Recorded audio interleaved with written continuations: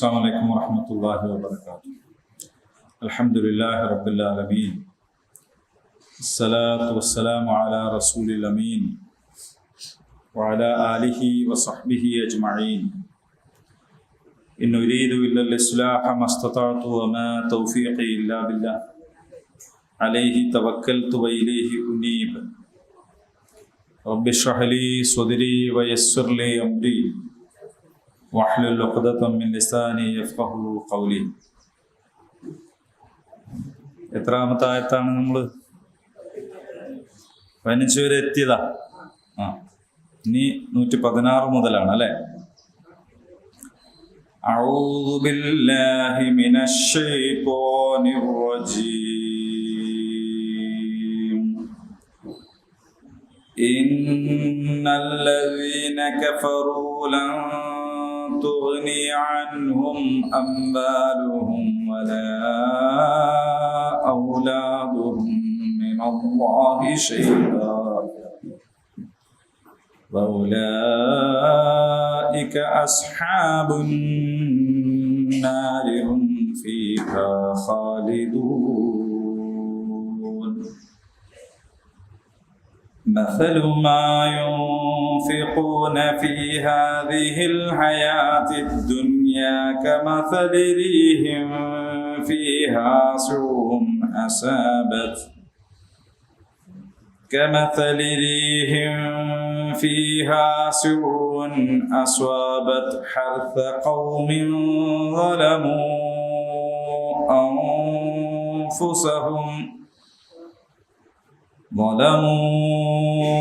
أنفسهم فأهلكت وما ظلمهم الله ولكن أنفسهم يظلمون.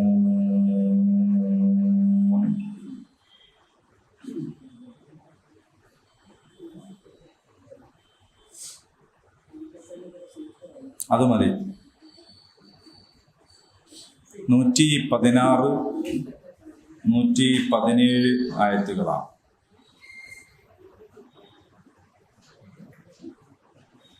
ഇന്നല്ലദീന കഫറു, ഇന്ന തീർച്ചയായും നിശ്ചയമായും, അല്ലദീന കഫറു നിഷേധികൾ, കാഫിറുകൾ, ലൻ തുഗ്നിയ ഉപകാരപ്പെടുകയില്ല, അൻഹും അവർക്ക്, അംവാലുഹും അവരുടെ സമ്പത്ത്. മാൽ എന്ന് പറഞ്ഞാൽ എന്താണ്? മാൽ നമ്മളെ തേങ്ങ ഉറുക്കി കൂട്ടുന്ന മാലല്ല. അപ്പൊ ഉണ്ടോ മാല്? അതൊക്കെ പോയില്ലേ? മാല് എന്ന് പറഞ്ഞാൽ മൂല്യമുള്ളതിനാണ് മാല് എന്ന് പറയാം. എന്ന് പറഞ്ഞാൽ പിന്നെ വേസ്റ്റായി കിടക്കുന്ന സാധനമല്ല, വേസ്റ്റും റീസൈക്കിൾ ചെയ്യാൻ പറ്റിയതാണെങ്കിൽ മൂല്യമുള്ളതാണ് മാൽ. അതിന്റെ ജംആണ്, അതിന്റെ ബഹുവചനമാണ് അംവാൽ. ബൈത്തുൽ മാൽ എന്ന് പറഞ്ഞാൽ അത് ഖജനാവ്, ബൈത്തുൽ മാൽ.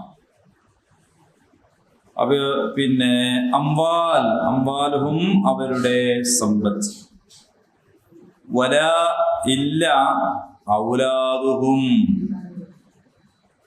ഔലാദ് എന്ന് പറഞ്ഞാൽ സന്താനങ്ങൾ, ഔലാദ്. അള്ളാഹുവിൽ നിന്നും എന്ന് പറഞ്ഞാൽ വളരെ ഒരു സംഗതിയുടെ ഏറ്റവും ചെറിയ ഒന്നിനാണ് ഷെയ് എന്ന് പറയാം. ഷെയ്ഖ് എന്നല്ല, ഷെയ്ഖ് എന്ന് പറഞ്ഞാൽ വേറെ അക്ഷരം മാറി. ഷെയ്ഖ്, ഷെയ്ഖ് എന്ന് പറഞ്ഞാൽ പണ്ഡിതൻ എന്നർത്ഥമുണ്ട്, വൃദ്ധൻ എന്നർത്ഥമുണ്ട്. മഷായിഖന്മാർ എന്നൊക്കെ പറയണില്ലേ നിങ്ങള്? ഷെയ്ഖ്, മഷായിഖ്. ഷെയ്ഖ്, ഷെയ്ഖ് എന്ന് പറഞ്ഞാൽ വൃദ്ധൻ എന്ന് അർത്ഥമുണ്ട്.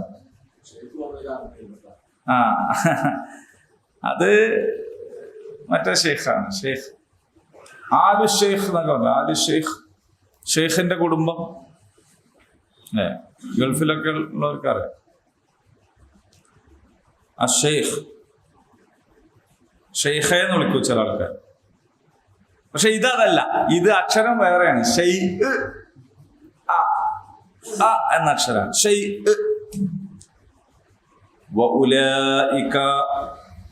അവര് അല്ലെങ്കിൽ അക്കൂട്ടർ അസ്ഹാബുന്നാർ. അസ്ഹാബ് എന്ന് പറഞ്ഞാൽ ആൾക്കാര്. അസ്ഹാബുൽ കഹ്ഫ് നമ്മൾ പണ്ട് പഠിച്ചിട്ടില്ലേ? അസ്ഹാബുന്നാർ, അസ്ഹാബുൽ ജന്ന എന്നൊക്കെ പറഞ്ഞാൽ, അസ്ഹാബുന്നാർ എന്ന് പറഞ്ഞാൽ നരകത്തിന്റെ അവകാശികൾ. അസ്ഹാബുൽ ജന്ന എന്ന് പറഞ്ഞാൽ സ്വർഗത്തിന്റെ അവകാശികൾ. ഹും അവർ, ഫീഹാ അതില്, ഖാലിദൂൻ നിത്യവാസികളായിരിക്കും. ഖാലിദ് എന്ന് പറഞ്ഞാൽ നിത്യൻ. ഖാലിദ് എന്ന് പറഞ്ഞാൽ നിത്യൻ. അപ്പൊ സത്യൻ എന്താ പറയാ? സ്വാദിഖ്. അങ്ങനെ. മഫൽ ഉദാഹരണം. മഫൽ ഉദാഹരണം. മിസാൽ എന്ന് പറയും. മിസാൽ എന്നും പറയും. ഉദാഹരണം നമ്മൾ സാധാരണ പറയുമ്പോൾ ഒരു മിസാല് പറയും എന്നൊക്കെ പറഞ്ഞാൽ ഒരു ഉദാഹരണം. ഫോർ എക്സാമ്പിൾ എന്നൊക്കെ പറയും. ഉദാഹരണത്തിന് വേണ്ടി പറയുകയാണെങ്കിൽ എന്ന് പറയും. അപ്പോൾ കാര്യങ്ങൾ എളുപ്പത്തിൽ മനസ്സിലാക്കാനാണ് ഉദാഹരണം പറയാൻ. ചിലപ്പോൾ ചില കാര്യത്തിന് ഉദാഹരണം പറഞ്ഞു നോക്കിയാൽ ഉദാഹരണം തെറ്റിപ്പോവും. അപ്പോ കാര്യം മനസ്സിലാവാതെ വരും. അപ്പൊ പിന്നെ പറയേണ്ടി വരും ഉദാഹരണമാണ് തെറ്റിയത്, കാര്യം എന്താണ്, കാര്യം ശരി തന്നെയാന്ന് പറയേണ്ടി. മസല് ഉദാഹരണം. മായുൻഫിഖൂന അവർ ചെലവഴിക്കുന്നതിന്റെ ഉദാഹരണം. ഫീ ഹാദിഹിൽ ഹയാത്തിദ് ദുനിയാ ഈ ഐഹിക ജീവിതത്തിൽ. കമസൽ അതൊരു ഉദാഹരണം പോലെയാണ്.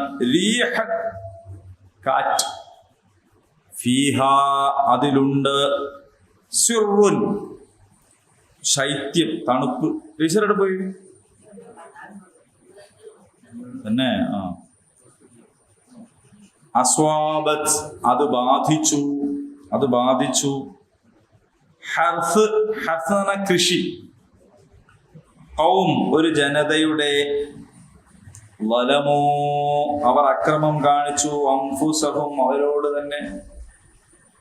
ഫഅഹ്ലകത്ഹു അങ്ങനെ അത് അതിനെ, അതായത് ആ കാറ്റ് അതിനെ നശിപ്പിച്ചു. വമാ വലമഹും അവരെ ദ്രോഹിച്ചിട്ടില്ല അല്ലാഹു. വലാകിൻ പക്ഷേ അംഫുസഹും തങ്ങളെ തന്നെ. യദ്ലിമൂൻ അവർ ദ്രോഹിക്കുന്നു. മൊത്തത്തിൽ ഇങ്ങനെ പറഞ്ഞാൽ ഐഹിക ജീവിതത്തിൽ അവർ ചെലവഴിക്കുന്നതിന്റെ ഉപമ കൊടും തണുപ്പുള്ള ഒരു ശീതക്കാറ്റിൻ്റെതാണ്. അത് ആത്മദ്രോഹികളായ ഒരു ജനവിഭാഗത്തിന്റെ കൃഷിയിടത്തെ നശിപ്പിച്ചു. അള്ളാഹു അവരോട് ദ്രോഹമൊന്നും ചെയ്തിട്ടില്ല, അവർ തങ്ങളെ തന്നെ ദ്രോഹിക്കുകയായിരുന്നു. ഇനി പറഞ്ഞത് എന്താന്ന് നോക്കാം. അപ്പൊ ഇതിന്റെ വാക്കർത്ഥാണല്ലോ നമ്മളിപ്പോ പറഞ്ഞത്. അപ്പോൾ ആദ്യം അള്ളാഹു പറഞ്ഞത് ആരെക്കുറിച്ചാണ്? വേദക്കാരെ കുറിച്ചാണ് ആദ്യം പറഞ്ഞത്. 113 അല്ലേ? അവരെല്ലാവരും ഒരുപോലെയല്ല. വേദക്കാരിൽ തന്നെ നേർവഴിയിൽ നിലകൊള്ളുന്ന വിഭാഗമുണ്ട്. അവര് രാത്രിയിൽ സുജൂദ് ചെയ്ത് അള്ളാഹുവിന്റെ വചനങ്ങളെ പാരായണം ചെയ്യുന്നു. അവർ അള്ളാഹുവിൽ വിശ്വസിക്കുന്നു, അന്ത്യദിനത്തിലും വിശ്വസിക്കുന്നു, നന്മ കൽപ്പിക്കുന്നു, തിന്മ തടയുകയും ചെയ്യുന്നു. അല്ലേ? വയുസാരിഊന ഫിൽ ഖൈറാത്ത് അവര് നന്മകളിൽ ധൃതിയിൽ മുന്നേറുന്നു. ഉലൈക മിനസ് സ്വാലിഹീൻ അവർ സജ്ജനങ്ങളിൽപ്പെട്ടവരാകുന്നു. അപ്പൊ ഞാന് പറഞ്ഞിരുന്നു 2 തരം ധൃതിയുണ്ട്. ഒരു ധൃതി അൽ അജലതു മിനശ് ശൈത്വാൻ എന്നതാണ്. ധൃതി പൈശാചികമാണെന്ന് പറയുന്ന ഒരു ധൃതിയും. അതേ സമയത്ത് ഇവിടെ പറയുന്നത് യുസാരിഊന ഫിൽ ഖൈറാത്ത്, നന്മയിൽ ധൃതി കാണിക്കുന്നു എന്നാണ്. ഈ രണ്ട് ധൃതിയും തമ്മിലുള്ള വ്യത്യാസം ഞാൻ പറഞ്ഞു തന്നിരുന്നു. ആർക്കെങ്കിലും ഓർമ്മ ഉണ്ടോ? അങ്ങനൊക്കെ ഇപ്പൊ ചോദിച്ചാലേ എന്ന് പറഞ്ഞാൽ ഒന്ന് ആർത്തിയുടെ ഭാഗമായും അനവധാനതയുടെ ഭാഗമായും ഉള്ള ധൃതിയാണ്. ഒരു മുന്നും പിന്നും നോക്കാതെ, ഒരു സൂക്ഷ്മതയില്ലാതെ, പരിസരബോധമില്ലാതെ ഉണ്ടാവുന്ന ഒരു ധൃതിയുണ്ട്. ചില ആൾക്കാരൊക്കെ ബൈക്കുമ്പോൾ പോണ കണ്ടില്ലേ നിങ്ങള്? പോണത് മനുഷ്യന്മാർ നടക്കണ വഴിയിലൂടെയാണെന്ന് ഓർമ്മയില്ലാതെ മറ്റേ മത്സര ഗ്രൗണ്ടിൽ പോണ അതേ മൂഡിൽ എന്ത് ചെയ്യും, റോഡുമ്മ കൂടെ പോണൊരു ധൃതിയുണ്ട്. എന്താ പോയിട്ട് കാര്യം എന്ന് വെച്ചാൽ ഒന്നുമില്ല, അവിടുന്ന് ഇങ്ങോട്ട് ഉദയമായിട്ട് വരാൻ വേണ്ടിയിട്ടാണ്, അല്ലാണ്ട് എന്തോ അത്യാവശ്യത്തിന് പോകുന്നല്ല. അപ്പൊ ധൃതി, അങ്ങനത്തെ ഒരു ധൃതി, അത് പൈശാചികമാണ് എന്നാണ്. അതേസമയം ഇവിടെ നന്മയിൽ ധൃതിപ്പെടുക എന്ന് പറഞ്ഞാൽ എന്താന്ന് വെച്ചാല് ഈ അവധാനത ഇല്ലാത്തത് കൊണ്ടല്ല, ശ്രദ്ധയും സൂക്ഷ്മതയും ഇല്ലാത്തത് കൊണ്ടല്ല, നന്മയിൽ മുന്നേറുക. ഒരു നല്ല കാര്യം വിചാരിച്ചാൽ അത് പിന്നത്തേക്ക് വെക്കാതിരിക്കുക. ഞാൻ കഴിഞ്ഞ പ്രാവശ്യം പറഞ്ഞിരുന്നു, ചെയ്യണോ ചെയ്യണോ, അങ്ങനെ ചെയ്യണോ, ആവട്ടെ, നോമ്പോൽക്കുന്നൊക്കെ നമ്മളന്നേരം പറഞ്ഞിരുന്നു അല്ലേ? നമുക്ക് ഇൻഷാ അല്ലാഹ് മുഹറം 9, 10 നോറ്റിട്ട് തുടങ്ങിയാലോ? അതന്നെ സുന്നത്ത് നോമ്പേ, മൻസൂർക്ക ഗ്രൂപ്പിലിടുന്ന നോമ്പ്. അതിന്റെ പേരെന്താ അറിയോ? അതിന്റെ പേര് മൻസൂർക്ക ഗ്രൂപ്പിലിടുന്ന നോമ്പ്. എന്തോ ഒരു നോമ്പ്, സൗമുൽ മൻസൂരിയ. അപ്പോ ഇപ്രാവശ്യം സുഖാണ്. മുഹറം 9, 10 നോറ്റിട്ട് നമുക്ക് തുടങ്ങിയാല് രസാണ് അല്ലേ? പിന്നെ അവിടുന്ന് അങ്ങനെ നോക്കിയാൽ. അപ്പൊ ഇതെന്താന്ന് വെച്ചാല് നമ്മള് പലപ്പോഴും ഈ നിസ്കാരശീലമില്ലാത്ത ആൾക്കാർ എങ്ങനെയാണ്, നാളെ സുബഹി മുതൽ തുടങ്ങാന്ന് വിചാരിക്കും, മറ്റന്നാൾ. അപ്പൊ അങ്ങനെ ഒരു സംഗതിയെ വൈകിപ്പിക്കുക, പിന്തിപ്പിക്കുക എന്നത് ഒരു നല്ല കാര്യമല്ല. പെട്ടെന്ന് തന്നെ ചെയ്യാം. ഒരു കാര്യം വഖഫ് ചെയ്യണം എന്ന് വിചാരിക്കുന്നു, നമുക്ക് വഖഫ് ചെയ്യണം, അത് പള്ളിക്ക് കൊടുക്കണം, അല്ലെങ്കിൽ അത് ഇന്നതിന് കൊടുക്കണം, ആവട്ടെ, നോക്കട്ടെ, എന്താവട്ടെ ആവട്ടെ എന്ന് വിചാരിക്കുമ്പോഴേക്ക് ആളങ്ങ് പോകും. അപ്പോ അങ്ങനെ പിന്നത്തേക്ക് വെക്കാതെ യുസാരിഊന ഫിൽ ഖൈറാത്ത് എന്ന് പറഞ്ഞാൽ വേഗം വേഗം പെട്ടെന്ന് തന്നെ നല്ല കാര്യങ്ങളൊക്കെ പെട്ടെന്ന് തന്നെ അങ്ങോട്ട് ചെയ്യാം എന്നതാണ് അത്. മറ്റേത് അജലത് ശൈത്താനിൽ നിന്നുള്ള ഒരു ധൃതിയാണ്. ഒന്നും നോക്കാതെ പെട്ടെന്ന് തന്നെ കാര്യങ്ങൾ കൈകാര്യം ചെയ്ത്. ഏതിലേനു മാഷ ഏതുള്ളത്? കലീലാവതിന്നല്ല, നമ്മളാ കീരിനെ കൊന്ന ഒരു കഥ അല്ലേ? ഏല വന്നത് കീരിനെ കൊന്ന ഒരു കഥ പറഞ്ഞില്ലേ? കുട്ടി ഉറങ്ങുമ്പോ കീരിനെ കൊന്ന കഥ ആദ്യമായിട്ട് കേൾക്കണാരും ഇങ്ങനെ നോക്കുന്നുണ്ട്. അങ്ങനെ തന്നെ വേണ്ടത്. എന്നാ പറയണ ഒക്കെ ഒരു ആവേശം ഉണ്ടാവും ആദ്യമായിട്ട് കേൾക്കുള്ള. അതായത് പിന്നെ ഒരു വീട്ടില് കീരിനെ പോറ്റിയിരുന്നു ഒരാള്. കീരില്ലേ, കീരി. എന്താ കീരി എന്നൊന്നും പറഞ്ഞിട്ട് പോത്തൊരു എക്സ്പ്രഷൻ ഒന്നും വരുന്നില്ല. കീരി അല്ലല്ലോ, സ്ഥിരം കാണുന്നതായതുകൊണ്ടാണ്. ഓക്കെ. അപ്പൊ അങ്ങനെ ഇദ്ദേഹം വീട്ടില് കുട്ടീനെ ഉറക്കി കിടത്തിയിട്ട് പോയി എന്നാണ്. ഇപ്പൊ തിരിച്ചു വന്ന് നോക്കുമ്പോ പിന്നെ കൊലായിൽ തന്നെ കീരി ഉണ്ട്, ചോര ഉണ്ട് മുഖത്തൊക്കെ. അപ്പൊ ഇയാള് എന്താണ് പറ്റിച്ചല്ലോ എന്ന് വിചാരിച്ചിട്ട് വേഗം പോയി ഒരു മുട്ടൻ വടി എടുത്തോണ്ട് വന്നിട്ട് കീരിനെ അച്ചു വന്നു എന്നാണ്. അകത്ത് പോയി നോക്കുമ്പോ എന്താ സംഭവം? കുട്ടി സുഖമായിട്ട് ഉറങ്ങുന്നു. കുട്ടിന്റെ അടുത്ത് ഒരു പാമ്പിനെ കീരി കടിച്ചു മുറിച്ച്. അപ്പൊ ഈ കുട്ടീനെ രക്ഷപ്പെടുത്താൻ വേണ്ടിയിട്ടാണ് കീരി എന്താക്കിയത്? പാമ്പിനെ കൊന്നത്. ആ കീരിനെയാണ് കുട്ടിനെ കൊന്നതെന്ന് തെറ്റിദ്ധരിച്ചിട്ട് ഇയാൾ എന്ത് ചെയ്തത്? അടിച്ചു. ഇത് വലിയ സംഭവമാണ്. പുതിയ കാലത്ത് ഭയങ്കര അർത്ഥമുള്ള ഒരു സംഭവമാണ്. നമ്മളുടെ പത്രത്തിൽ വായിക്കുന്ന, ടി വിയിൽ കാണുന്ന പല ന്യൂസുമായിട്ട് ഇതിനെ കൂട്ടിച്ചേർത്ത് വെച്ച് വെക്കരുത്. ഭയങ്കര സംഗതി മനസ്സിലായി. അപ്പൊ അതൊരു ധൃതിയാണ്. പിന്നത്തേക്ക് വെച്ചിട്ടില്ല. മൂപ്പര് അകത്തേക്ക് തന്നെ കയറി നോക്കിയില്ല, കൊലായി തന്നെ കാര്യം കൈകാര്യം ചെയ്തു. പക്ഷെ പിന്നെയാണ് മനസ്സിലായത് ഞാൻ ചെയ്തതുമില്ല, അബദ്ധാണ്. ആ ധൃതിയെ കുറിച്ചാണ് ലജലത്തുമിന ഷെയ്ത്താനിൽ നിന്നുള്ളതാണ് എന്ന് പറയും. ഇത് കീരി പാമ്പിന്റെ വിഷയത്തിലൊന്നല്ല, നമ്മുടെ ജീവിതത്തിൽ സാധാരണ സംഭവിക്കും. അയ്യടാന്നായി പോവും പിന്നെ. പക്ഷെ മറ്റേത് അങ്ങനല്ല. നന്മകൾ ഉടനെ ഇന്നു മുതൽ തന്നെ റവാത്തിബ് സുന്നത്ത് ഇന്ന് തന്നെ തുടങ്ങാം. അങ്ങനെ നാളത്തേക്ക് വെക്കേണ്ട കാര്യമില്ല. ഖുർആൻ ഒരു പേജ് എല്ലാ ദിവസവും ഓതണം, അത് ഇന്ന് തന്നെ തുടങ്ങാം. നാളല്ല, അങ്ങനെ പെട്ടെന്ന് ചെയ്യാം. അതാണ് ഈ പറഞ്ഞ രണ്ടാമത്. അപ്പൊ ഒരു ധൃതി പൈശാചികവും ഒരു ധൃതി ഈമാനികവുമാണ്. ഓക്കെ, അതും പറഞ്ഞതിന്റെ ശേഷമാണ് അവരെന്ത് നന്മ ചെയ്താലും അതിന്റെ ഫലം അവർക്ക് ലഭിക്കാതിരിക്കില്ല. അള്ളാഹു സൂക്ഷ്മത പാലിക്കുന്നവരെ നന്നായി അറിയുന്നു എന്ന് പറഞ്ഞു. എന്നാൽ ഇതൊക്കെ വേദക്കാരിൽ നിന്ന് വിശ്വസിക്കുകയും നല്ലത് ചെയ്യുന്ന ആൾക്കാരെ കുറിച്ചാണെങ്കിൽ, എന്നാൽ ഇന്നല്ലദീന കഫറൂ, അവരിൽ നിഷേധികളായിട്ടുള്ള ആളുകളുണ്ട്.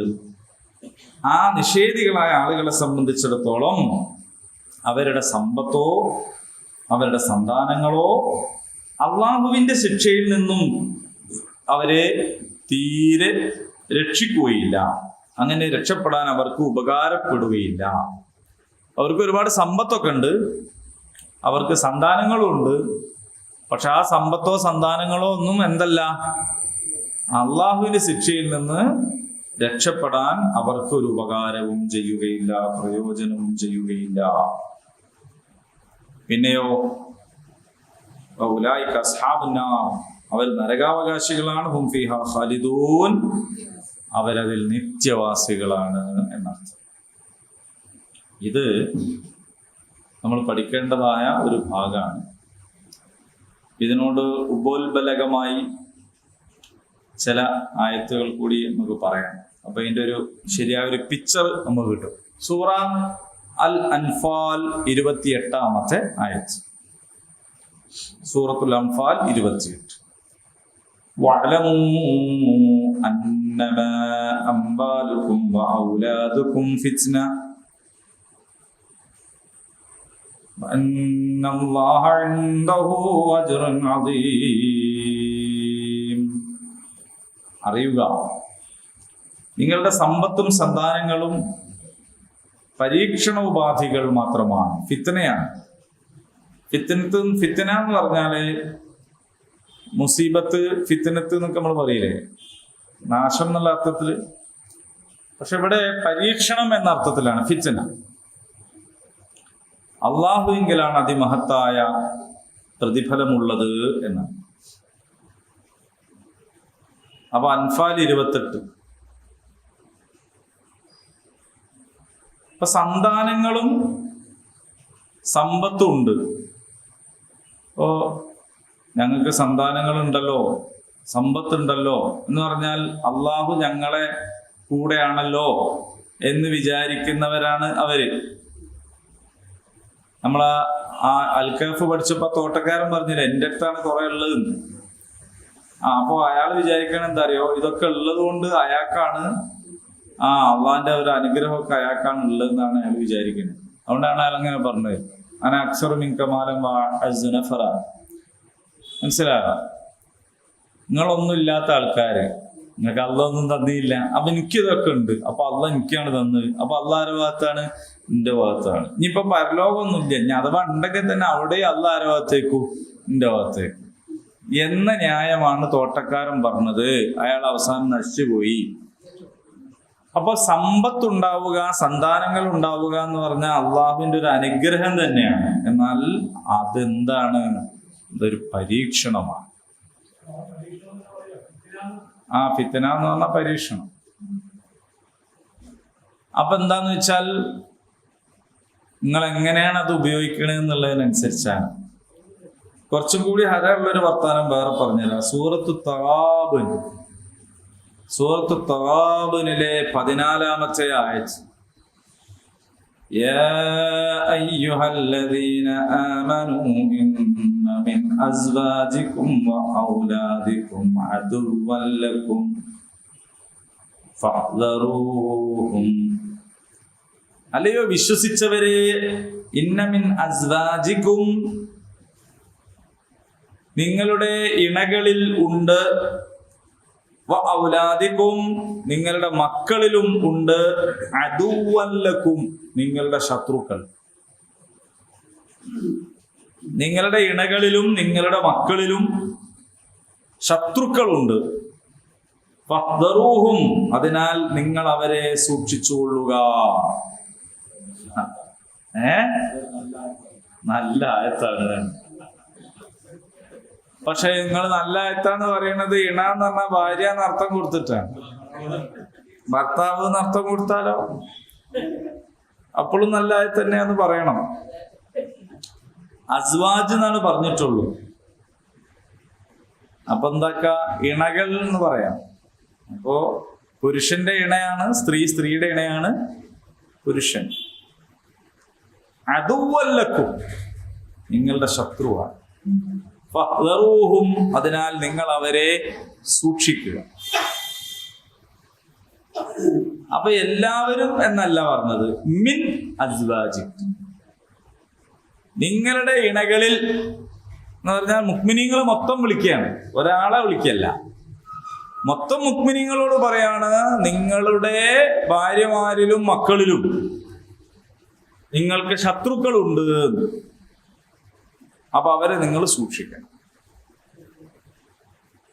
അപ്പൊ നോക്കൂ, സമ്പത്തും സന്താനങ്ങളും ഉണ്ട്, അതൊരു പരീക്ഷണാണ് എന്നൊരു സ്ഥലത്ത് പറഞ്ഞു. ഭാര്യമാരിലും മക്കളിലും നിങ്ങൾക്ക് ശത്രുക്കളുണ്ട്, നിങ്ങൾ കരുതണം എന്നും പറഞ്ഞു. ഒന്നുമില്ല, എല്ലാ ഭാര്യമാരെ കുറിച്ചും അല്ല ഈ പറയുന്നത്. അള്ളാഹുവിന്റെ മാർഗത്തിൽ നിന്ന് നമ്മളെ തടയുന്ന എന്തും നമ്മളെ ശത്രുവാണ്. അത്ര മനസ്സിലാക്കിയാണ്. സൂറത്തുൽ ലുഖ്മാനിൽ ലഹ്വൽ ഹദീസിനെ കുറിച്ച് പറയുന്നു. അത് വെച്ചിട്ടാണ് ചില ആളുകൾ സംഗീതം ഹറാമാണെന്നൊക്കെ പറയണത്.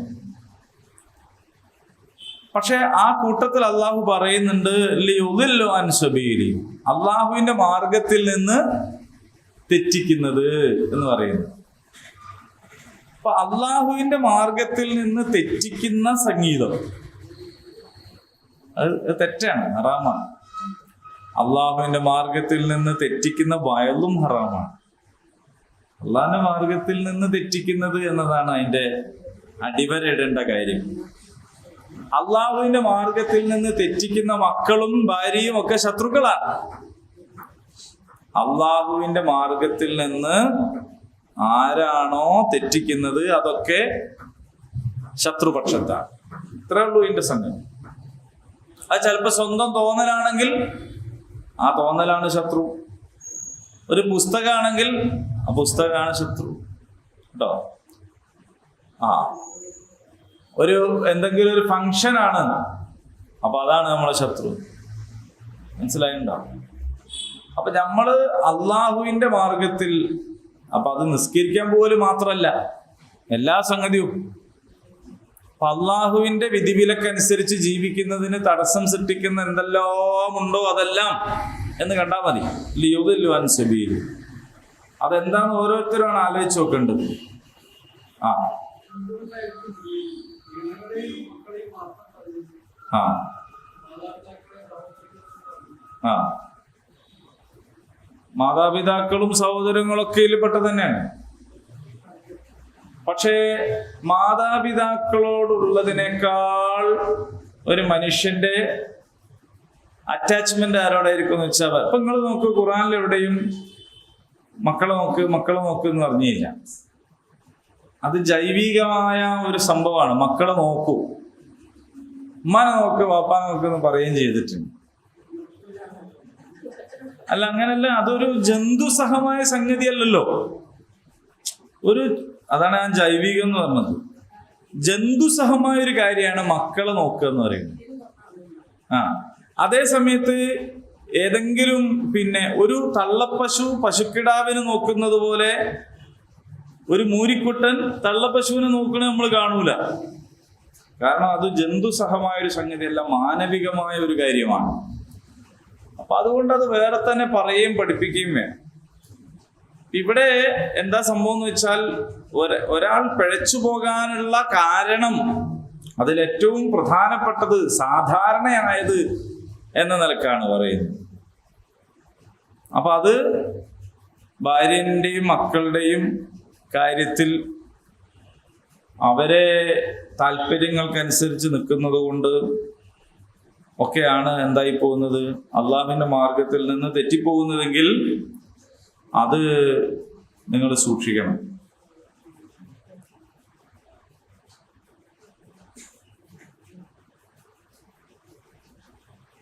അവിടെ വീണ്ടും പറയുന്നുണ്ട്, ഇന്നമാ അംവാലുക്കും വഔലാദുക്കും ഫിത്ന വല്ലാഹു ഇൻദഹു അജ്റുൻ അദീം. അതേപോലെ വീണ്ടും പറയാണ്, ഫത്തഖുല്ലാഹ മസ്തതഅതും വസ്മഉ വഅതിഉ വഅൻഫിഖു ഖൈറൻ ലിഅൻഫുസികും വമൻ യൂഖ ശുഹ്ഹ നഫ്സി ഫഉലൈക ഹുമുൽ മുഫ്ലിഹൂൻ. അതിനാൽ നിങ്ങൾ ആവുന്നത്ര അല്ലാഹുവിനോട് തഖ്വ കാണിക്കുക, കേൾക്കുകയും അനുസരിക്കുകയും ചെയ്യുക, ധനം ചെലവ് ചെയ്യുക, അത് നിങ്ങൾക്ക് തന്നെ ഗുണകരമായിരിക്കും. മനസ്സിന്റെ പിശുക്കിൽ നിന്ന് വിടുതി നേടുന്നവരാരോ അവരാകുന്നു വിജയികൾ.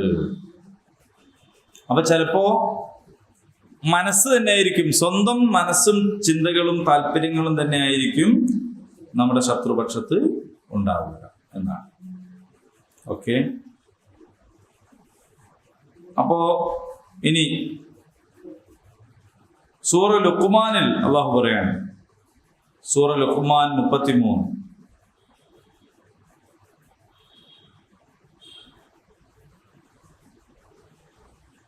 ലുഖ്മാൻ 33.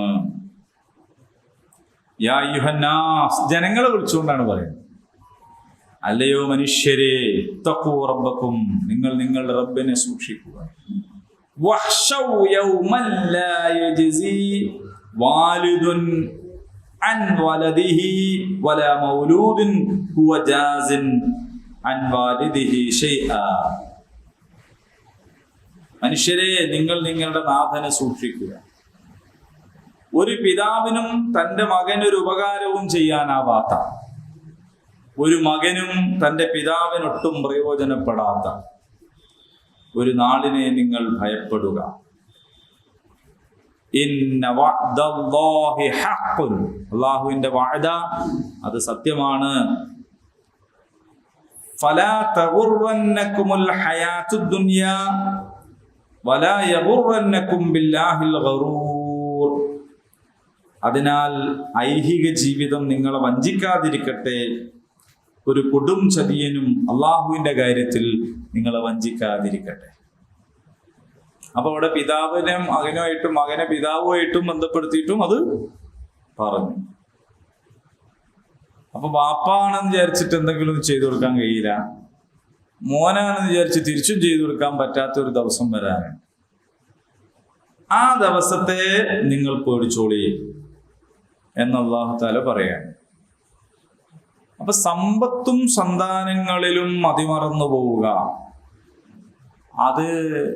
അതിൽ പരലോകം നഷ്ടപ്പെട്ടു പോവുക, അതിന്റെ താല്പര്യത്തിന് വേണ്ടിയിട്ട് ദീനീ താല്പര്യങ്ങളെ വെടിയുക എന്നൊക്കെ പറയുന്നതിനെ കുറിച്ചാണ് ഇവിടെ പറഞ്ഞത്. പുരയിലുള്ളത് ശത്രുവായി പോവാണ്ട് നോക്കണം എന്നർത്ഥം.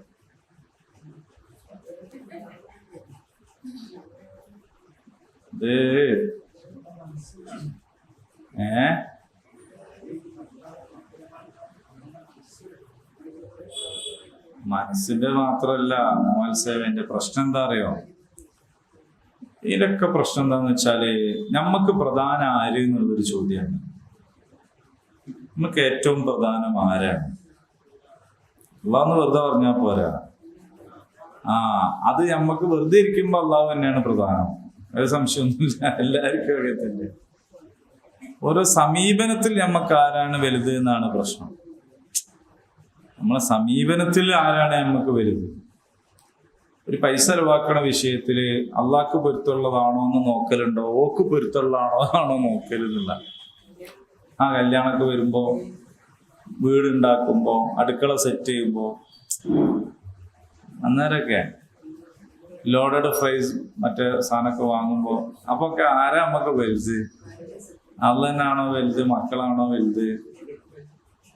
അങ്ങനൊക്കെ ഓരോ സമയത്തും ഒരു ഉദാഹരണം പറഞ്ഞതേ ഉള്ളൂ. അന്ന് വാങ്ങണ്ടെന്നല്ല പറഞ്ഞല്ലോ. അല്ലോ നിക്കാഹില് മരണസമയത്ത് ആരാ നമ്മക്ക് അള്ളയാണോ വലുത് അല്ലെങ്കിൽ വേറെ ആരാണോ വലുത്, ഇങ്ങനെ ഉണ്ടല്ലോ. അപ്പൊ അത് നോക്കിയാൽ മതി. ഇപ്പൊ ഓരോന്നും അപ്പൊ നമുക്കിപ്പൊ വെറുതെ ഇരിക്കുമ്പോ നമുക്ക് അള്ള തന്നെ വലുത്, അതിൽ തർക്കമൊന്നുമില്ല. വെറുതെ ഇരിക്കുമ്പോ എല്ലാവർക്കും അള്ള തന്നെ വലുത്. അള്ളാഹു അക്ബർ കബീറ ഭയങ്കര സംഭവിക്കും. തെക്കുബീർ വലിയിരുന്നാളിലൊക്കെ അല്ലേ അള്ളാഹു അക്ബർ കബീറ എന്തായാലും പോയപ്പോ. അല്ലെങ്കിൽ നമ്മളെ ശരിക്കുള്ള സ്വഭാവം പുറത്തു വരപ്പോഴാണ്. നമ്മളെ ശരിക്കുള്ള സ്വഭാവം എപ്പോഴാണ് പുറത്തു വരിക? സാധാരണ നോർമലായിരിക്കുമ്പോ നമ്മളെ ശരിക്കുള്ള സ്വഭാവം പുറത്തു വരൂല. അസ്സലാമു അലൈക്കും എന്തൊക്കെ വർത്താനം, സുന്ദരല്ലേ, ഓ മാഷേ ടീച്ചറെ, ഓക്കെ. പക്ഷേ നമ്മളെ സ്വഭാവം ശരിക്കുള്ള പുറത്തു വരിക ഒന്നെങ്കിൽ നമുക്ക് നല്ല സങ്കടം ഉണ്ടാവും, അല്ലെങ്കിൽ നല്ല ദേഷ്യം പിടിക്കുമ്പോൾ, അല്ലെങ്കിൽ സാധാരണത്തിൽ കവിഞ്ഞ സന്തോഷം ഉണ്ടാവും.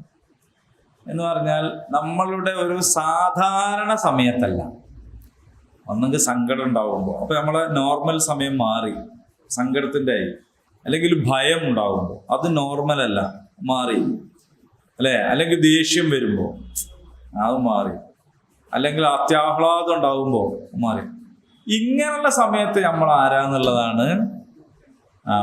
മറ്റേതിപ്പോ പറഞ്ഞ മാതിരി അള്ള വലിയവനാണ്, അള്ള മാത്രമാണ് വലിയവൻ എന്ന് പറയാൻ നമുക്കെന്ത് ബേജാറുണ്ടോ? ഒരു ബേജാറ്. അവിടെയാണ് നമ്മളുടെ അഖ്ലാഖ് വെളിപ്പെടുക, നമ്മളെ സ്വഭാവം പുറത്ത് വരിക. അതുകൊണ്ടാണ് നിങ്ങൾ യാത്ര ചെയ്താലാണ് ഒരാളെ പറ്റി പറയാൻ കഴിയാന്നൊക്കെ പറഞ്ഞത്. യാത്രയിൽ ഈ ജാതി എല്ലാം എന്താവും, ഏതെങ്കിലും ഒരു സംഗതി പുറത്തു വരും. സാമ്പത്തിക ഇടപാടിൽ പുറത്തു വരും, കൂടെ ജീവിച്ചാലും പുറത്തു വരും. അപ്പോഴാണ് അപ്പൊ അതുകൊണ്ട് ആ സമയത്തൊക്കെ ഇത് ചെറിയൊരു വളരെ ഈസി ആയിട്ടുള്ളൊരു സംഗതി അല്ല കേട്ടോ. ഇതാണ് നമ്മളെ ജീവിതത്തിന്റെ പരീക്ഷണം എന്ന് പറയുന്നത്. അവിടെ നമ്മൾ വിജയിക്കണം. അതുകൊണ്ടാണ് നിങ്ങൾ ആരാണ് എന്നുള്ളത് നാട്ടുകാർ പറഞ്ഞാൽ പോരാ, ഓള് പറയണം എന്ന് റസൂല് പഠിപ്പിച്ചു. നിങ്ങൾ ആരാണ് എന്നുള്ളത് നിങ്ങളെ ഭാര്യ പറയണം.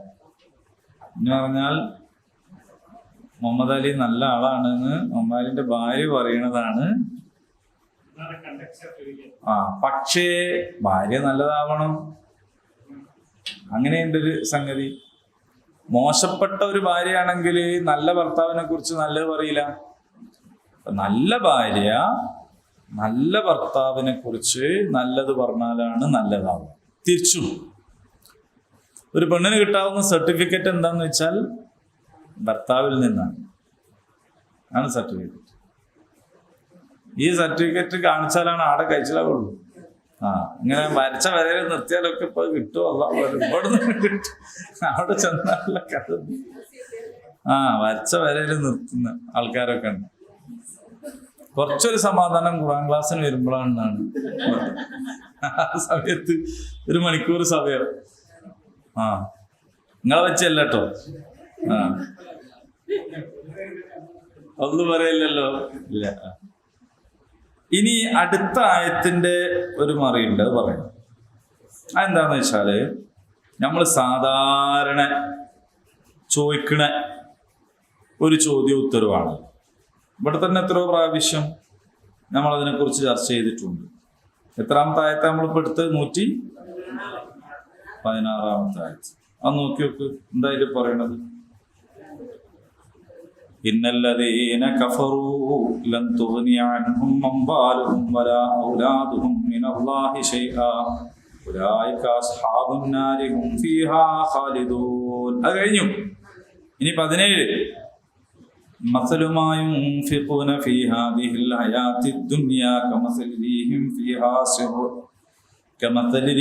ഫീഹാ സിർറുൻ അസാബത് ഹർസ ഖൗമിൻ ظلموا أنفسهم فأهلكت وما ظلمهم الله ولكن أنفسهم يظلمون.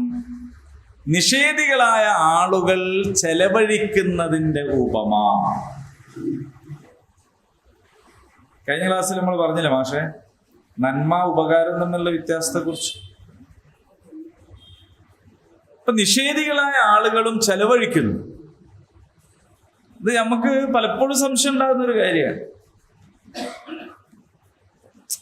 വിശ്വാസികളൊന്നല്ല, പക്ഷെ അവരും എന്താക്കുന്നു, ചെലവഴിക്കുന്നുണ്ടല്ലോ, അവരും നല്ലത് ചെയ്യുന്നുണ്ടല്ലോ എന്നിങ്ങനെ നമ്മൾ എപ്പോഴും പറയും. അള്ളാഹു പറയാണ്, അതിന്റെ ഉപമ എന്താന്ന് ചോദിച്ചാൽ അത് ഒരു ശീതക്കാറ്റിന്റെ ഉപമയാണ്. ആത്മദ്രോഹികളായ ഒരു ജനവിഭാഗത്തിന്റെ കൃഷിയിടത്തെ ബാധിച്ച ഒരു കാറ്റ്. അങ്ങനെ അത് ആ കൃഷിയെ നിശേഷം നശിപ്പിച്ചു. അള്ളാഹു അവരോട് ദ്രോഹമൊന്നും ചെയ്തിട്ടില്ല, അവർ തങ്ങളെ തന്നെ ദ്രോഹിക്കുകയായിരുന്നു. എന്ന് പറഞ്ഞാൽ അവർ നിലം ഒരുക്കി ഉഴുതുമറിച്ചു, കൃഷിയോഗ്യമാക്കി, വിത്തെറിഞ്ഞു, അതിനെ വളർത്തി സംരക്ഷിച്ചു ഒക്കെ ചെയ്തു. അവസാനം ഒരു കാറ്റടിച്ചു, എങ്ങനെ ഉണ്ടാവും? അതായത് എന്താ പറയാ, ഒരു സുഖകരമല്ലാത്ത ഒരു സംഗതി. അങ്ങനെ ഒന്നായിട്ട് അടിച്ച് തകർന്നു പോയാൽ എങ്ങനെ ഉണ്ടാവും? തൂഫാൻ. അപ്പോ അതുപോലെയാണ് എന്നാണ് പറയുന്നത്.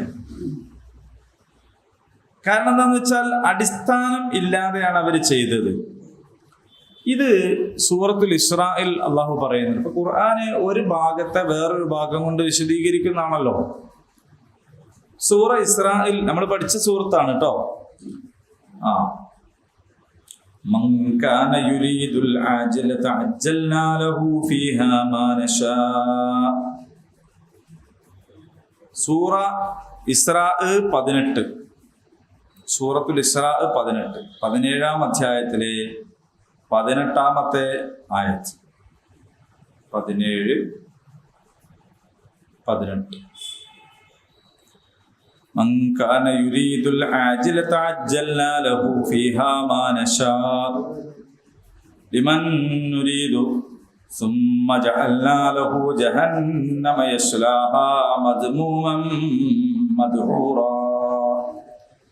ആരെങ്കിലും പെട്ടെന്ന് കിട്ടുന്ന നേട്ടങ്ങളാണ് കൊതിക്കുന്നതെങ്കിൽ, എന്ന് പറഞ്ഞാൽ ഇഹലോകത്ത് തന്നെ കിട്ടുന്ന നേട്ടങ്ങളാണ് ആരെങ്കിലും കൊതിക്കുന്നതെങ്കിൽ നാം അയാൾക്ക് അത് ഉടനെ തന്നെ കൊടുക്കൂ. അള്ളാഹ് പറയാണ്, ഞാൻ അയാൾക്കത് ഞാൻ കൊടുത്തേക്കൂ. എന്ന് പറഞ്ഞാൽ അയാൾ അള്ളാഹുവിൽ നിന്ന് കിട്ടാൻ വേണ്ടിയിട്ടൊന്നല്ല കൊടുക്കുന്നത്, പരലോകത്തേക്ക് വേണ്ടിയിട്ടും അല്ല കൊടുക്കുന്നത്. അതെന്തോ ആയിക്കോട്ടെ, അതൊക്കെ എന്നോ വരാനുള്ള എന്തോ സംഭവമാണ്, എനിക്ക് അതിലൊന്നും വലിയ കാര്യമില്ല. പിന്നെന്താ ഉള്ളത്?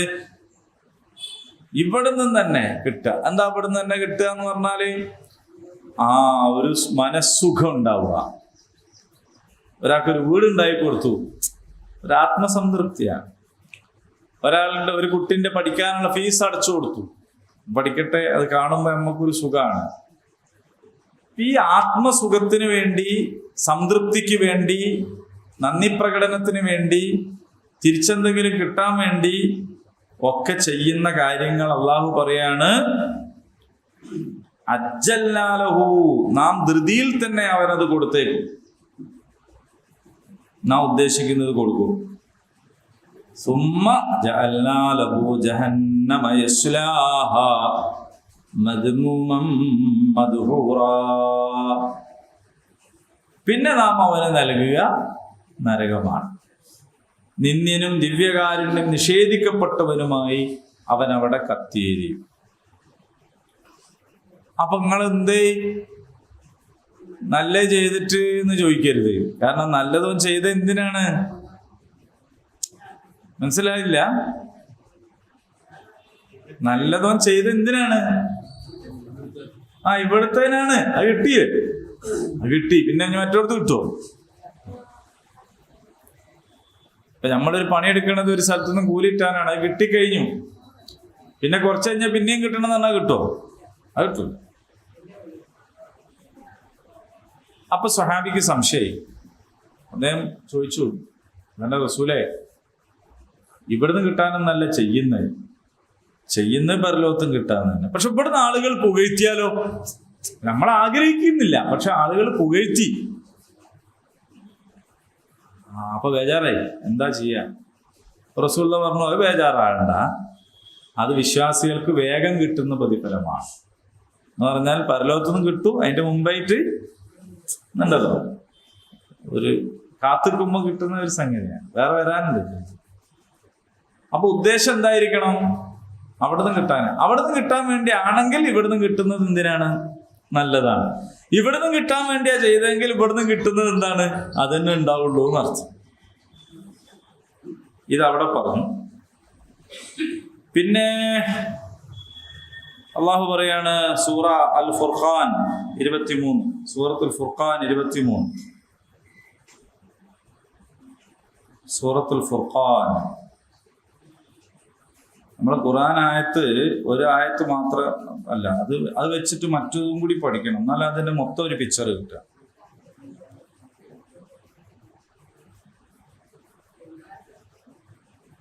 എന്താ പറയണത്? 23, അൽ ഫുർഖാൻ 23.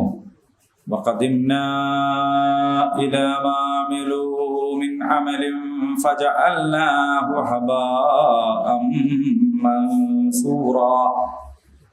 അപ്പോൾ അവർ പ്രവർത്തിച്ചിരുന്ന കർമ്മങ്ങളുടെ നേരെ നാം തിരിയും, അങ്ങനെ നാം അവയെ ചിതറിയ പൊടിപടലങ്ങളാക്കും. അവര് പ്രവർത്തിച്ചിട്ടുണ്ട്, പക്ഷെ ആ പ്രവർത്തിച്ചത് എന്തായിപ്പോന്ന് വെച്ചാൽ ചിതറിയ പൊടിപടലങ്ങളുടെ പ്രത്യേകത അതിനെ വാരി കൂട്ടാനൊന്നും ഉണ്ടാവൂല, അതിങ്ങനെ അങ്ങനെ അങ്ങനെ അങ്ങ് പോയി പോവും. അങ്ങനെയാണ്.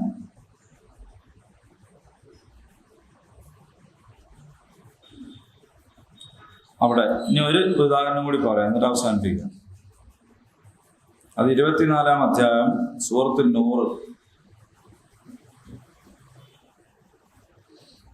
സൂറത്തുൽ നൂർ 39-ാം ആയത്ത്. വല്ലദീന കഫറൂ അഅ്മാലുഹും കസറാബിൻ بقيعة يحسبه الظمآن ماء حتى إذا جاءه لم يجده شيئا ووجد الله عنده فوفاه حسابا والله سريع الحساب. സത്യത്തെ തള്ളിപ്പറഞ്ഞവരുടെ സ്ഥിതി എന്താണെന്നറിയോ? അവരുടെ പ്രവർത്തനങ്ങൾ മരുപ്പറമ്പിലെ മരീചിക പോലെയാണ്. ദാഹിച്ചു വലഞ്ഞവൻ അത് വെള്ളമാണെന്ന് കരുതുന്നു. അങ്ങനെ അവൻ അതിൻ്റെ അടുത്തു ചെന്നാൽ അവിടെ ഒന്നും തന്നെ കാണുകയില്ല. എന്നാൽ അവൻ അവിടെ കണ്ടെത്തുക അള്ളാഹുവിനെയാണ്. അള്ളാഹു അവന് തൻ്റെ കണക്ക് തീർത്തു കൊടുക്കുന്നു. അള്ളാഹു അതിവേഗം കണക്ക് തീർക്കുന്നവനാണ്. നമ്മൾ ഈ ഹൈവേന്റെ മുകളിലൂടെ വെയിലത്തൊക്കെ പോകുമ്പോ ചിലപ്പോ കാണൂലേ, അപ്പുറത്ത് വെള്ളമുള്ള പോലെ അടപ്പുണ അത് 39 സൂറത്തുൽ നൂർ 24-ാം അധ്യായം സൂറത്തുൽ നൂറിലെ 39-ാമത്തെ ആയത്താണ്. അപ്പൊ ദൂരേക്ക് നോക്കുമ്പോൾ മുമ്പിലുള്ള വണ്ടിയൊക്കെ വെള്ളത്തിൽ കൂടിയാ പോണെന്ന് തോന്നും ഇങ്ങനെ. പക്ഷെ നമ്മൾ അടത്ത് നോക്കുമ്പോൾ അവിടെ വെള്ളമൊന്നുമില്ല, അവിടെ ഉണങ്ങി കിടക്കുക തന്നെയാണ്. അപ്പോൾ നിഷേധികളായ ആളുകളെ സംബന്ധിച്ചിടത്തോളം ആ നിഷേധികളുടെ കർമ്മങ്ങളുടെ സ്ഥിതി ഇങ്ങനെ ആയിരിക്കും എന്ന് പറഞ്ഞുതരാം. അപ്പൊ സൽക്കർമ്മങ്ങളാകണമെങ്കിൽ എന്തു വേണം? ഈമാനിന്റെ പിൻബലത്തോടെ ചെയ്യണം. ഈമാനോട് കൂടിയിട്ട് ചെയ്തെങ്കിലേ അത് സ്വീകരിക്കപ്പെടുകയുള്ളൂ. ഈമാനില്ലാത്തവന്റെ കർമ്മങ്ങൾക്ക് ദുനിയാവിൽ എന്തെങ്കിലും കിട്ടിയെങ്കിലായി, കുഴപ്പമൊന്നുമില്ല, നമ്മൾക്കും അഭിനന്ദിക്കാം. നിങ്ങൾ ചെയ്ത് നല്ല കാര്യമാണ്, ഉഷാറായിക്കണം, പ്രോത്സാഹിപ്പിക്കുക. കാരണം ഓനാകെ അതേ ഉള്ളൂ. നമ്മളെന്തെങ്കിലും നല്ല കാര്യം ചെയ്തിട്ട് ആരും പ്രോത്സാഹിപ്പിക്കണില്ലെങ്കിൽ ബേജാറാകുകയേ വേണ്ട. അങ്ങനെ നമ്മൾക്കുള്ളത് അവിടെ ഉണ്ടാവും. നമ്മൾ നല്ലതൊക്കെ ചെയ്തിട്ട് മറ്റവനാണല്ലോ കൂടുതൽ അഭിനന്ദനം കിട്ടുന്നത്, ഓനിതേ ഉള്ളൂ, ഓനോട് നമുക്ക് സഹതാപാവേണ്ടി നക്കിട്ടിയ പാടന്നെ ഉള്ളൂ, പിന്നെ അതിൻ്റെ അപ്പുറത്തേക്കൊന്നും ഇല്ല. അപ്പോൾ 2 വിഭാഗക്കാരെ കുറിച്ച് ഇവിടെ പറഞ്ഞു. അള്ളാഹുവിലും അന്ത്യദിനത്തിലും വിശ്വസിക്കുകയും അള്ളാഹുവിന്റെ വിധിവിലക്കുകൾ അനുസരിച്ച് പ്രവർത്തിക്കുകയും ചെയ്യുന്നവരെ കുറിച്ചും നിഷേധികളായ ആളുകളെ കുറിച്ചും പറഞ്ഞു. ആ നിഷേധികളുടെ സേവനവും അവരുടെ ചെലവഴിക്കലും എങ്ങനെയാണ് എന്നും പറഞ്ഞു തന്നു. 117 ഐഹിക ജീവിതത്തിൽ അവർ ചെലവഴിക്കുന്നതിൻ്റെ ഉപമ കൊടും തണുപ്പുള്ള ഒരു ശീതക്കാറ്റിൻ്റെതാണ്.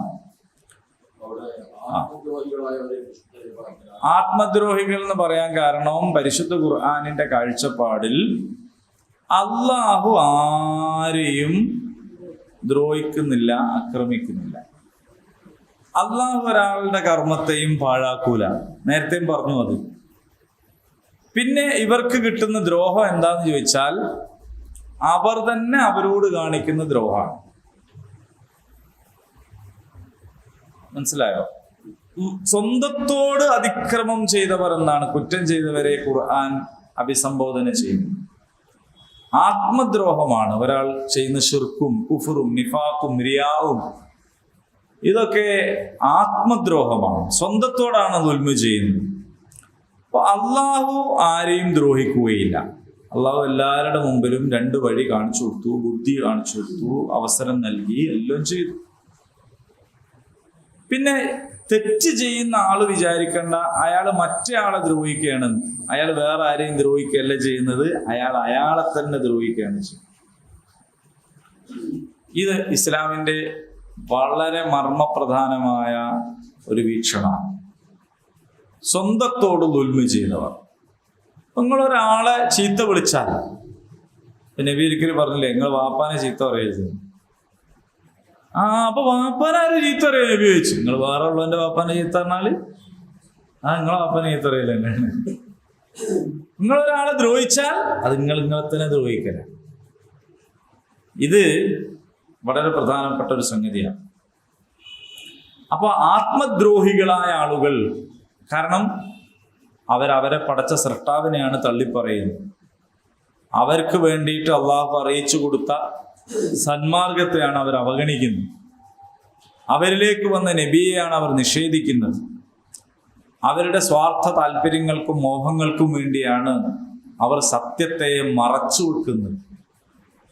അത് എന്താണ്? ആത്മദ്രോഹമാണ്, സ്വന്തത്തെ ദ്രോഹിക്കൽ.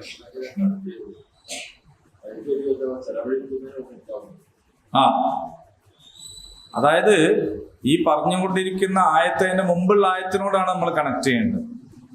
അതിന്റെ മുമ്പുള്ള ആയത്ത് 2 വിഭാഗത്തെ കുറിച്ച് പറഞ്ഞു. ഒന്നെന്താന്ന് ചോദിച്ചാൽ വിശ്വസിക്കുകയും അള്ളാഹിന്റെ നടപടിക്രമങ്ങൾ അനുസരിക്കുകയും ചെയ്യുന്ന ആൾക്കാർ. അത് 115 അവസാനിപ്പിച്ചു.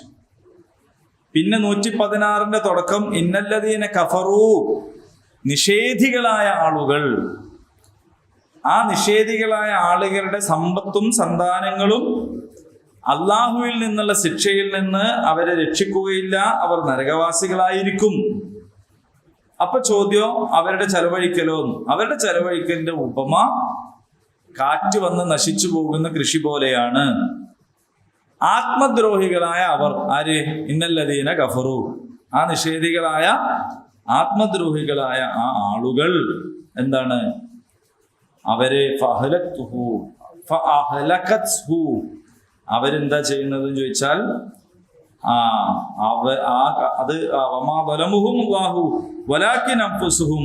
അവർ അവരെ തന്നെ ദ്രോഹിക്കുകയാണ്. അള്ളാഹു അവരെ ദ്രോഹിച്ചിട്ടില്ല. വലാകിൻ അൻഫുസുഹും, അവർ തങ്ങളെ തന്നെയാണ് ദ്രോഹിക്കുന്നത്. യദ്ലിമൂൻ, അവരവരെ ദ്രോഹിക്കുന്നു. കണക്റ്റായില്ലേ?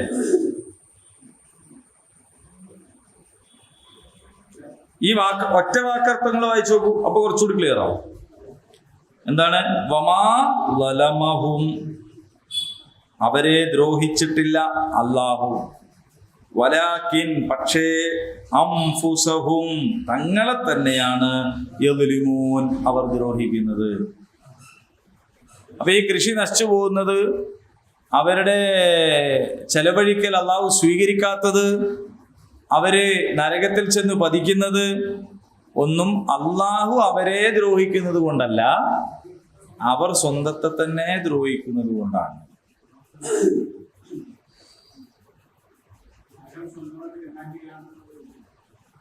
സ്വന്തം പർച്ചേസ് ചെയ്യാം നരകവര.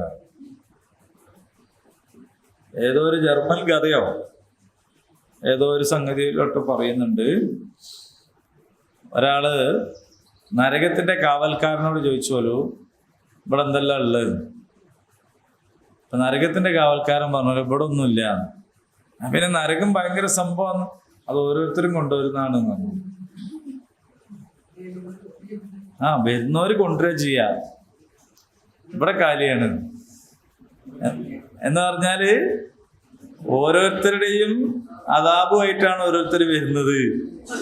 മനസ്സിലായോ? അപ്പൊ അവിടുന്ന് എന്തോ പ്രത്യേകിച്ച് ഉണ്ടാക്കി കൊടുക്കല്ല. ഒരാൾ ചെറിയ അതാപുമായിട്ടാണ് വരുന്നെങ്കിൽ അയാൾക്ക് ചെറിയ ശിക്ഷയ്ക്കും, നരകത്തിൽ ഏറ്റവും ചെറിയ ശിക്ഷ. അയാള് വലിയ സംഭവമായിട്ടാണ് വരുന്നെങ്കിൽ അയാൾക്ക് വലുത് കിട്ടും. സ്വർഗം അങ്ങനെ തന്നെയാണ്, സ്വർഗം അങ്ങനെ തന്നെയാണ്. ഓരോരുത്തർ അപ്പൊ അവനവന്റെ നമുക്ക് നാമേ പണിപതുനാകും നരകവും അതുപോലെ എന്നാണ്. നമ്മളാണ് നമ്മുടെ സ്വർഗവും നരകവും ഒക്കെ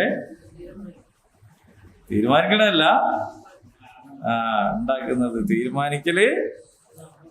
അപ്പോ നമ്മളെ സ്വർഗത്തില് നമുക്ക് എത്രത്തോളം വേണം എന്നത് ഇപ്പൊ നമുക്ക് എന്ത് ചെയ്യാം, നമുക്ക് ഉണ്ടാക്കാം.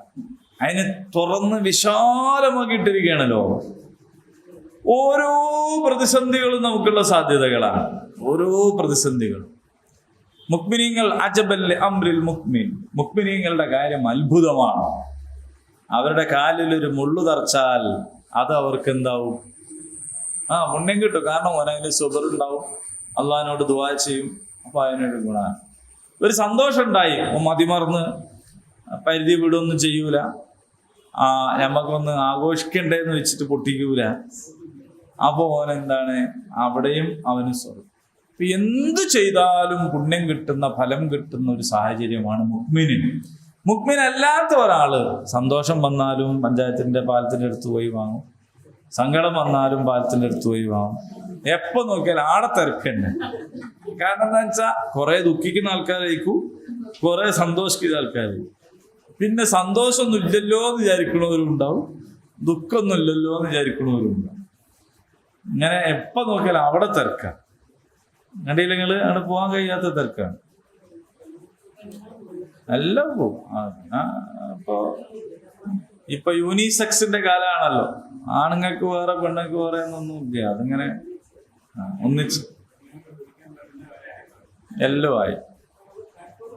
പക്ഷെ നിങ്ങൾക്ക് ഫ്രീ ആയിട്ട് KSRTC ഓർഡിനറിയിലാണെങ്കിലും പോകാൻ പറ്റും എന്നുള്ളത് KSRTC ഓർഡിനറിന്റെ കാര്യമല്ല. ശരിക്കും അതല്ല. ശരിക്കും എന്താണെന്നറിയോ, ഈ ആണും പെണ്ണും ഒന്ന് തന്നെയാന്ന് പറയണതിന് വലിയൊരു തിരുത്താണത്. ആണും പെണ്ണും ഒന്നല്ല, ആണ് വേറെയും പെണ്ണ് വേറെയും തന്നെയാണ്. അതൊരു വിവേചനത്തിന്റെ പ്രശ്നമൊന്നുമല്ല. ആണ് വേറെയാണ്, പെണ്ണ് വേറെ. ഇത് അംഗീകരിക്കാതെ ആധുനിക ലോകത്തിന് ഒരടി മുന്നോട്ട് പോകാൻ കഴിയില്ല എന്നതിൻ്റെ ഒരനൂറ്റാണ്ട് കാലത്തേക്കുള്ള തെളിവായിട്ട് KSRTCയിലെ പെണ്ണുങ്ങൾക്കുള്ള ഫ്രീ തന്നെ മതി. ശരിയല്ലേ? അത് പെണ്ണ് ഗർഭിണി ആയതുകൊണ്ടല്ല, വികലാംഗ ആയതുകൊണ്ടല്ല, പിന്നെ പ്രായം കൂടിയതുകൊണ്ടല്ല, പൈസ ഇല്ലാത്തതുകൊണ്ടല്ല. എന്താണ് ഫ്രീ? പെണ്ണായതുകൊണ്ട്. അപ്പൊ പെണ്ണായാൽ തന്നെ ഫ്രീക്ക് അർഹതയാണ് എന്ന് പറഞ്ഞ അതിന്റെ അർത്ഥം ആണ് വേറെയും പെണ്ണ് വേറെയും തന്നെ. യൂസഫ് അവന്റെ ഉമ്മനോട് പറഞ്ഞ്, നിങ്ങൾക്ക് ഫ്രീ ഉള്ളു കേട്ടോ, എനിക്ക് ടിക്കറ്റ് എടുക്കണം പറഞ്ഞതാ. നിങ്ങൾക്ക് അയാൾ ഫ്രീ ഉള്ളു, എനിക്ക് ടിക്കറ്റ് എടുക്കണം. ഓക്കെ അല്ല, അവൻ പറഞ്ഞത് ഓൻ ആണാണെന്നുള്ളത്. കുട്ടി എന്നുള്ളത് പിന്നീട് വരുന്ന വർഗീകരണം. ജെൻഡറാണ്. ജെൻഡർ വളരെ ഒരു സംഗതി. ആയിക്കോട്ടെ, ഇൻഷാ അല്ലാഹ്. അപ്പൊ അടുത്ത ആയത്ത് വളരെ മനോഹരമായ വേറൊരു ആയത്താണ്. അത് അങ്ങനെ തന്നെ ഒരു വിഷയമായിട്ട് നമുക്ക് പഠിക്കാൻ പറ്റും. നിങ്ങളിതൊന്ന് വായിച്ചു വരും അടുത്ത ആഴ്ച നമ്മളേക്ക്. ഇപ്പൊ അടുത്ത ആയത്ത് ഒന്ന് വായിച്ചു വരും. ഏതിലാ വായിക്കുക? നിങ്ങളെ കയ്യിലുള്ള ഏതോ ഒരു തഫ്സീർ. ഈ ഖുർആൻ ഓതി വന്നാ പോരെ. ഏതെങ്കിലും അമാനി മൗലവിന്റെ പരിഭാഷയോ തഫീമുൽ ഖുർആനോ ഖുർആന്റെ തണലിലോ ഖുർആൻ ബോധനോ ഏതാണോ നിങ്ങൾക്ക് കിട്ടുന്നത്. ഇനി നെറ്റിലാണെങ്കിലും അല്ലെങ്കിൽ ചാറ്റ് GPT അടിച്ചു കൊടുക്കുക. സൂറ ആൽ ഇംറാൻ 118 വ്യത്യസ്ത തഫ്സീറുകളിലുള്ള വിശദീകരണം തരൂ എന്ന് പറഞ്ഞാൽ മതി. മലയാളത്തിൽ പറഞ്ഞാൽ മതി. അപ്പൊ തരുന്ന മൊത്തം വിശ്വസിക്കാൻ മതി, വായിക്കണേന് കുഴപ്പമില്ല. ചാറ്റ് GPT പ്രശ്നം എന്താ പറയുക, ചിലപ്പോൾ ഹദീസൊക്കെ മൂപ്പരനെ ഉണ്ടാക്കി തരും. നമുക്ക് ആവശ്യമുള്ള ഒരു ഇത് പറഞ്ഞു കൊടുത്താൽ മൂപ്പര് ഹദീസുണ്ട്. അത് കിതാബിലുള്ള നോക്കിയിട്ട് കാര്യം ഒന്ന് വായിച്ചു വരും കേട്ടോ ഇൻഷാ അല്ലാഹ്. അപ്പൊ അടുത്ത ആഴ്ച അത് വെച്ചിട്ട് നമുക്ക് പഠിക്കാം ഇൻഷാ അല്ലാഹ്. അള്ളാഹു തൗഫീഖ് ചെയ്യുമാണ്. اللهم ربنا آتنا في الدنيا حسنة وفي الآخرة حسنة وقنا عذاب النار. آمين. الحمد لله رب العالمين. السلام عليكم ورحمة الله وبركاته.